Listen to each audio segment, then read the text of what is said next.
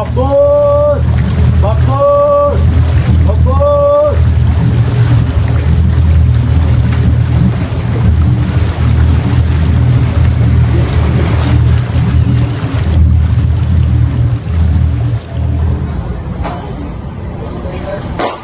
Anong klaseng vapor? Nakakahilo! Nakakawalang gana! Wala ba kayong maisip na ibang solusyon? Mga mangmang!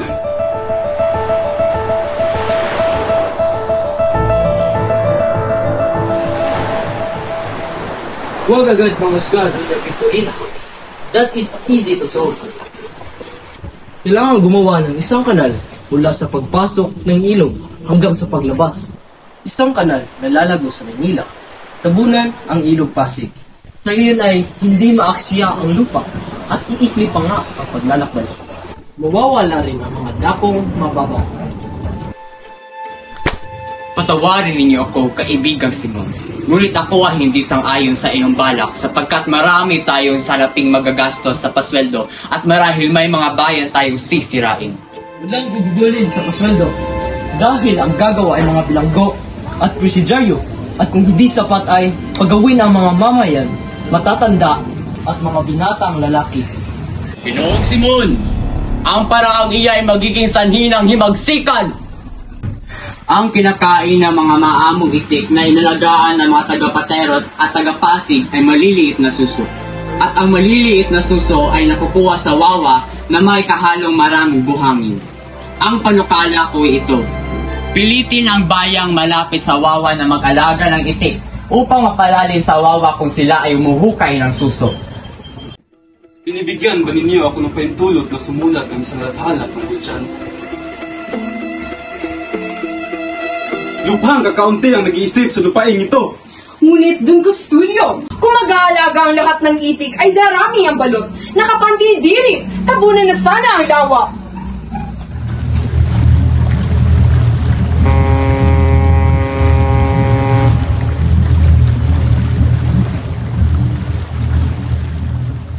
Maiba naman ang usapan. Kumusta na kayo ng iyong kaibigan, Mr. Gani? Di ko pa rin malimot-limot ang naglahangiti ng aking Pilipini Paulita. Kasi tuwing siya'y aking nakikita, ngiti ko'y abot tenga. Kakaiba ka talagang magmahal, kaibigan. Naway huwag sana makialam ang kanyang masungit at striktang tita. Kapal talaga ng kolorete.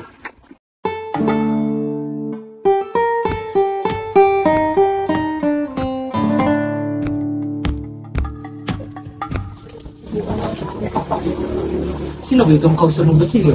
Tila ka daradarang tiglan. Sa Gani nga pala, senyor. Kaibigan ko. Gusto niyo ba uminom ng serbesa? Maraming salamat po sa alok, senyor. Ngunit, mas mabuti sa susunod na pagkikita ng sana.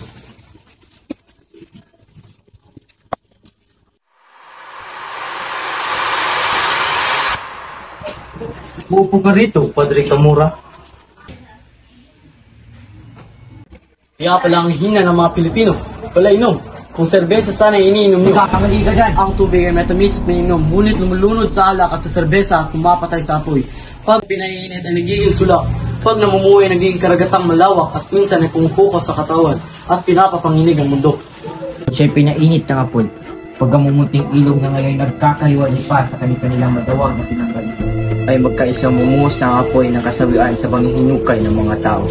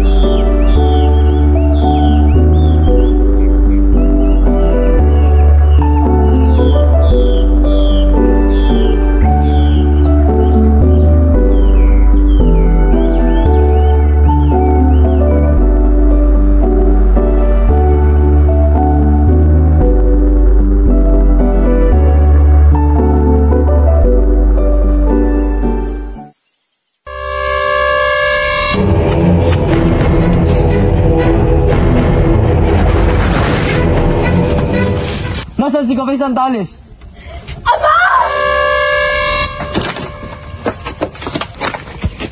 Uli! Ayan na ang kabisa di barangay.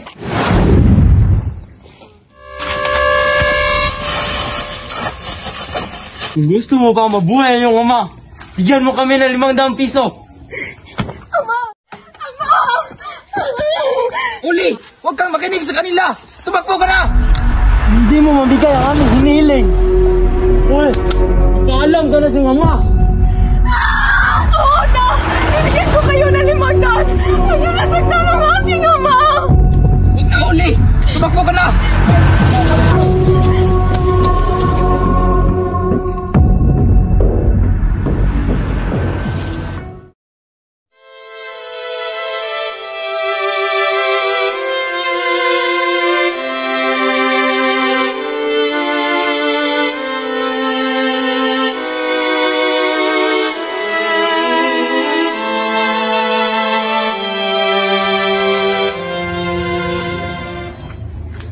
Kahanga-hanga talaga si Senyor.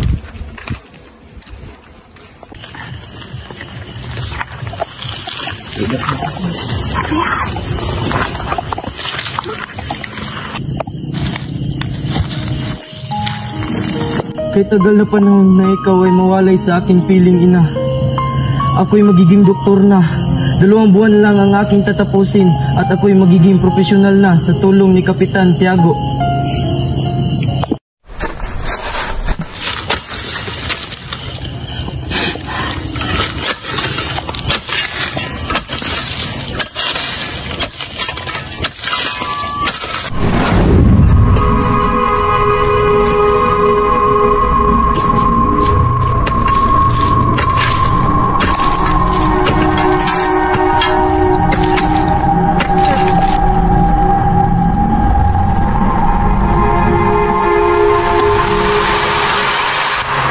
May tutulong po ba ako sa inyo, Ginoo?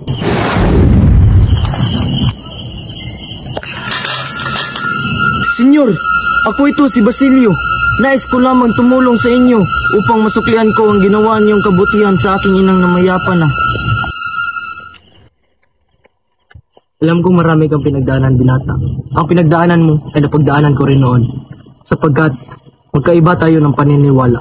Ang nais ko lang sana ay magkaroon tayo ng ekwalidad sa mga Espanyol.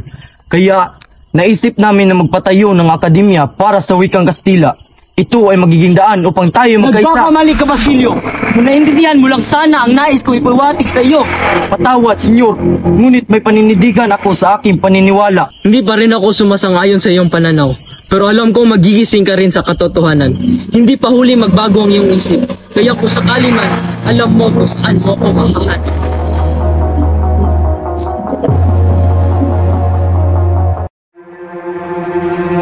Atin na ang kayamanan ni Kapay Santales.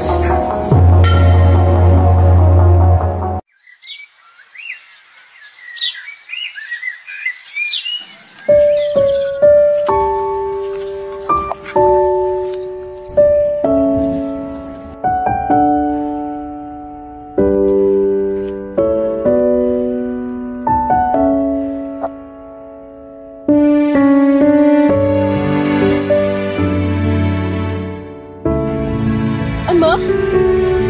Ama!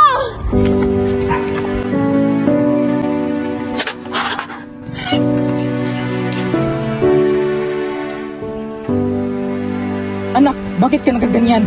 Huwag niyo akong alalahanin, Ama. Maayos po ako. Ang importante ay nakauwi na po kayo. Pero si Lolo. Uuwi ako ngayon din. Dito ka lang. Babalikan kita.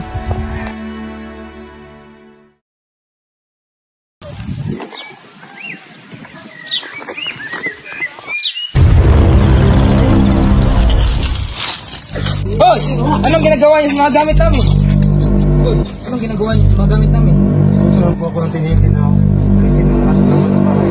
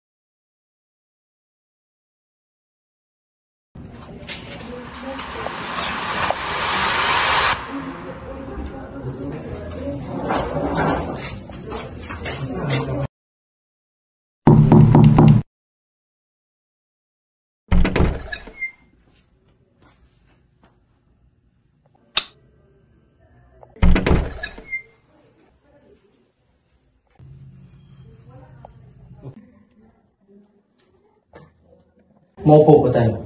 Muna ka.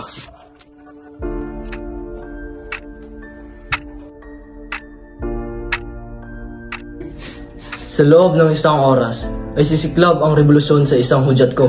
Nandito ako para ialok sa iyo ang kamatayan o kinabukasan. Kinino ka bang panig, Basilio? Sa mga umapi sa iyo o sa iyong bayan, may panahon ka pa para pumili. Ano ang pasya mo?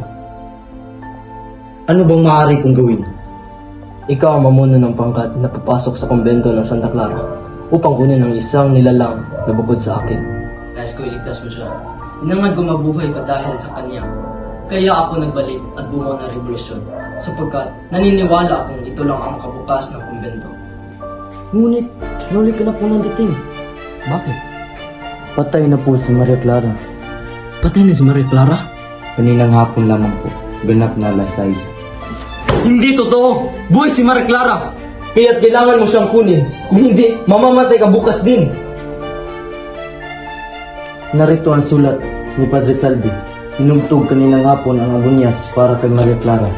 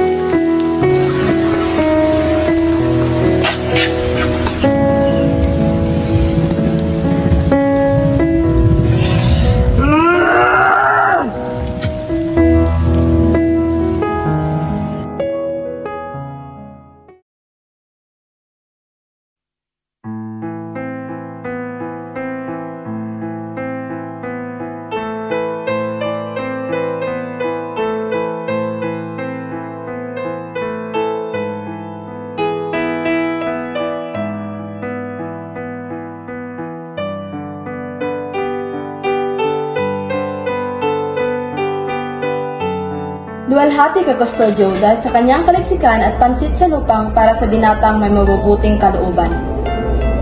Totoong sinangayunan ng pagpapatuloy ng akademya, ngunit ipapasailalim sa korporasyon. Tayo mag-aaral ay gagawin lamang gagasingil ng abuloy at ambagan.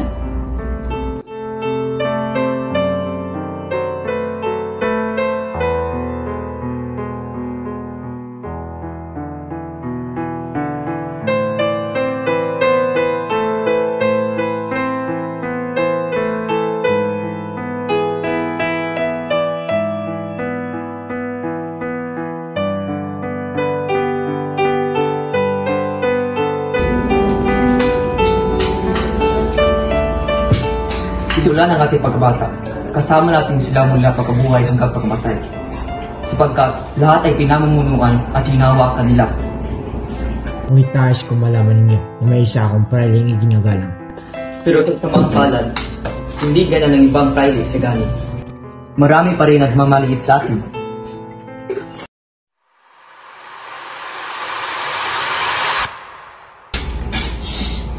May naliligtik.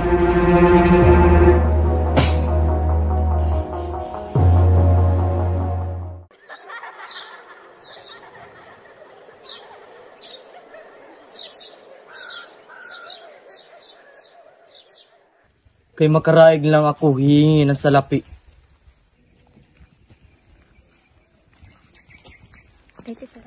Anong nangyari dito? Bakit may nabalitaan ako na sa buhat ng mga estudyante? Natuklasan na! May magaganap raw na magsikan at pinagplanuhan na marami raw ng estudyante ang kasangkot.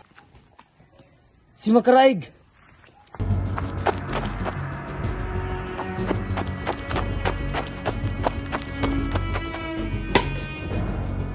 Ano ba? Makikipagkita lang ako sa aking kaibigan na si Makaraig. Basilio? Napakaganda ugali. Sa panahon ng katahimikan ay iniiwasan mo kami. Ano ang pangalan mo? Basilio po. Mabuti hindi mo na kami pinanap ang hanapin ka. Ano? Bakit pati ako? Huwag kang mag-alala, kaibigan. Ikikwento ko sa iyo lahat ang naganap sa sali-sali.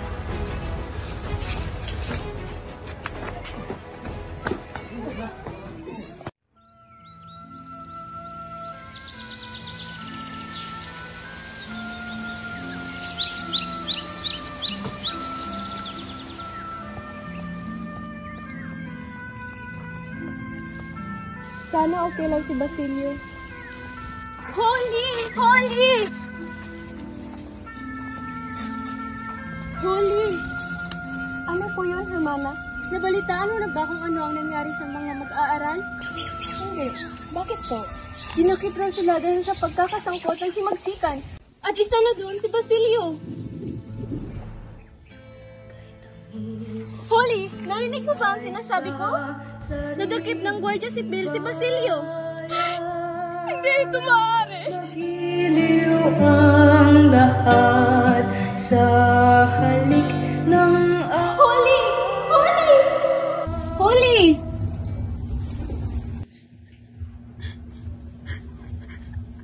Basilio! Hermana, ano po bang pwede kong gawin para mapalabas ko si Basilio? Alam mo kung saan tayo pwedeng humingi ng tulong. Si Padre Camora. Siya ay makapangyarihan at maimpluwensya sa pamahalaan. Ngunit, si Padre Camora... Huwag kang mag-alala. Sasamahan naman kita. Sige. Pag-iisipan ko muna.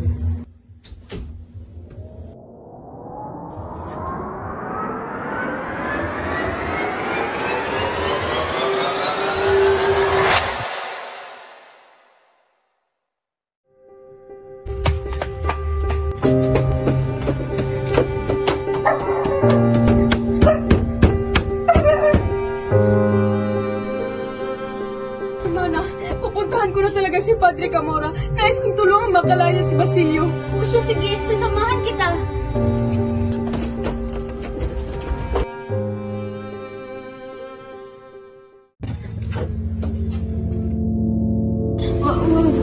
Huwag kang matakot, Holy. Naniniwala akong walang gagawin masama sa iyo ang Padre.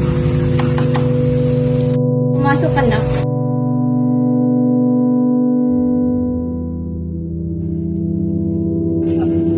Padre Camora. Bakit hindi ka na pa rin? Padre, nais kong humingi ng tulong tungkol kay Basilio. Nabalitaan ko nga na siya na lang ang hindi pa nakakalabas ng kulungan pagkat wala siyang kamag-anak. Magagawa ko naman yun. Ngunit sa isang kapalit. Paumanhin, ngunit ako nagkakamali sa pagpunta dito. Hahanap na lang po ako na ibang paraan. Bintawan mo ako!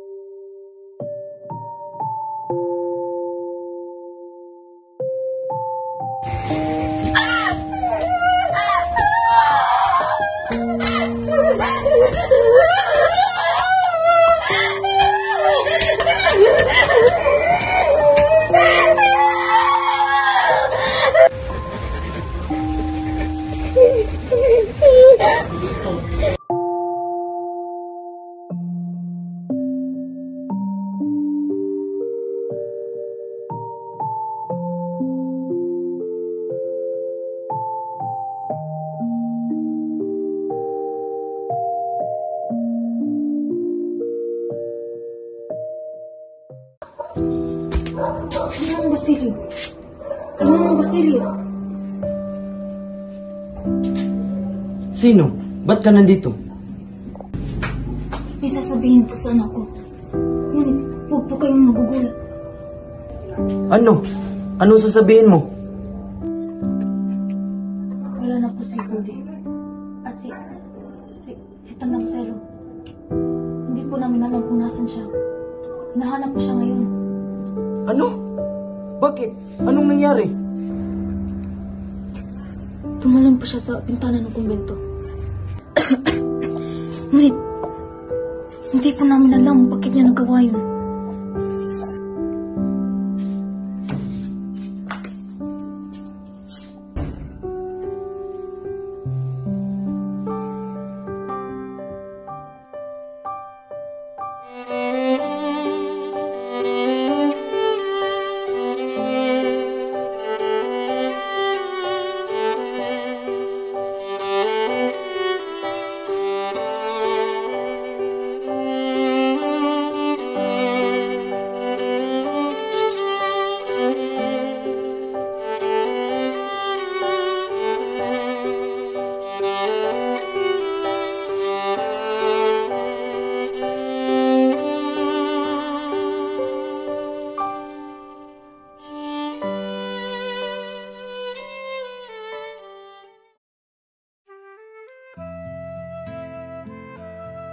amigo Simon, bakit ka napapunta rito? Ano pa ba ang pasya ko? Kundi makipagnegosyo sa mga Pilais. Halika, pumasok ka.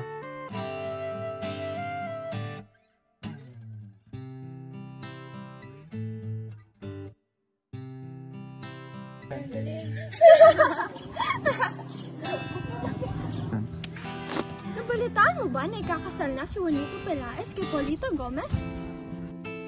Nga, kalat na kalat ang balitang iyan. Napakaswerte talaga ng mga Pelaez, no? Pero teka, di ba may nobyo na si Paulita? Si Sagani?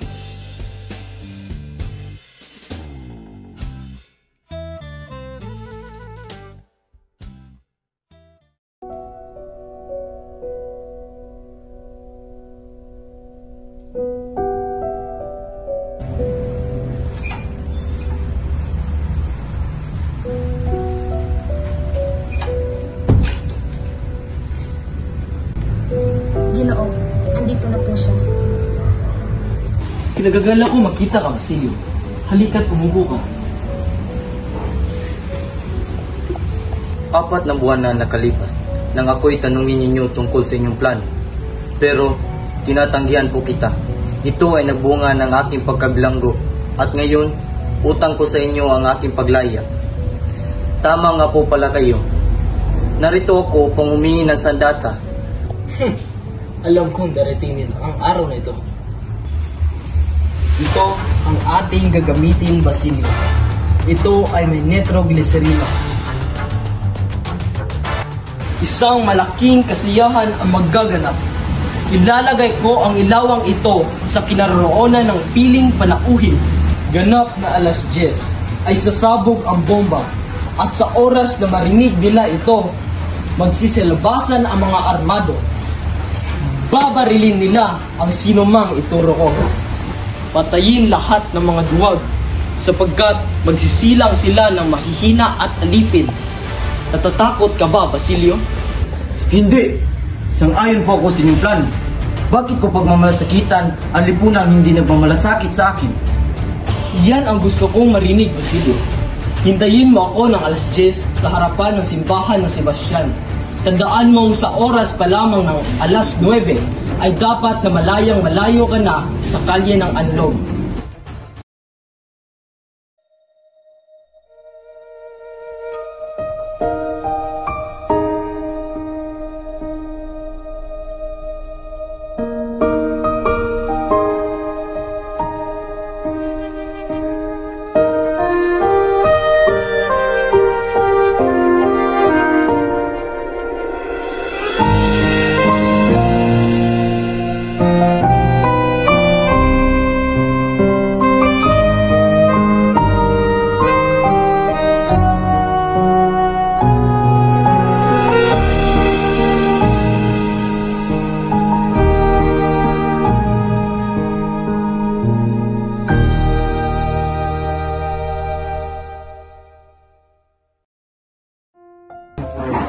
Mabuhay ang bagong kasal!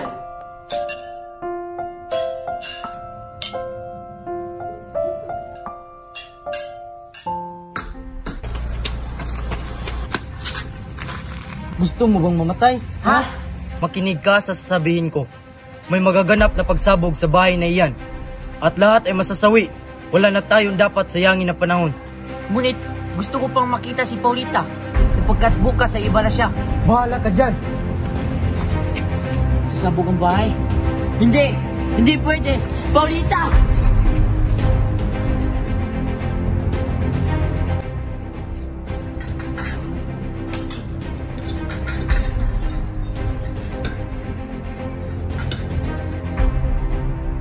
Ito'y nagdaan ng isang pilibustero sa taon ng mga. Gusto mo? Ibarra? Di ba ang ibig sabihin ng Marquesel Pares ay papatayin tayong lahat?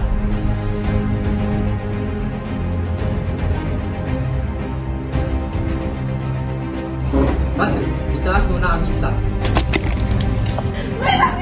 Hoy! Ulihin nyo siya!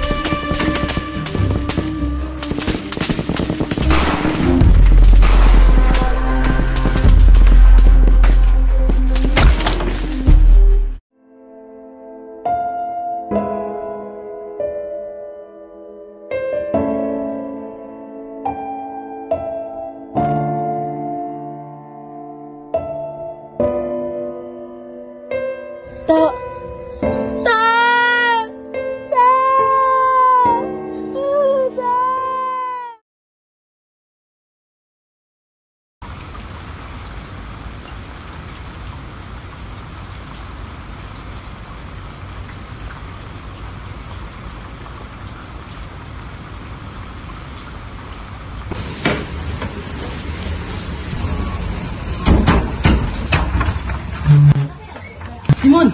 Anong nangyari sa'yo? Halika! Pumasok ka!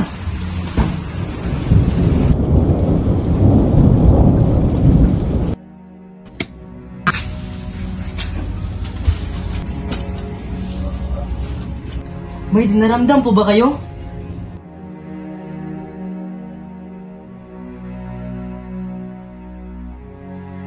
Diyos na mahabagin!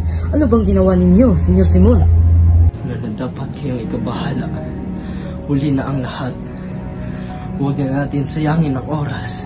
Dapat kailangan ninyo malaman ang aking lihim. Ayoko mamatay na baon ang aking lihim.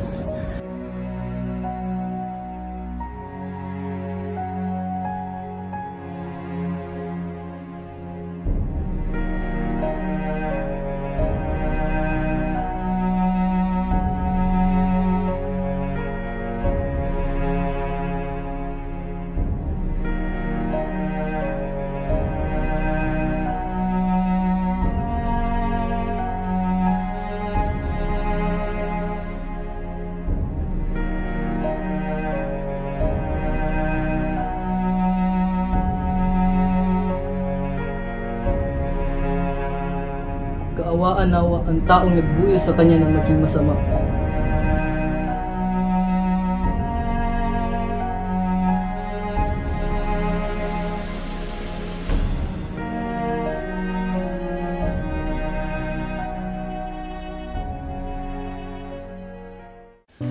Mananatili sana sa kailaliman ng karagatan ng walang hanggan, kasamang mga koralis at perlas.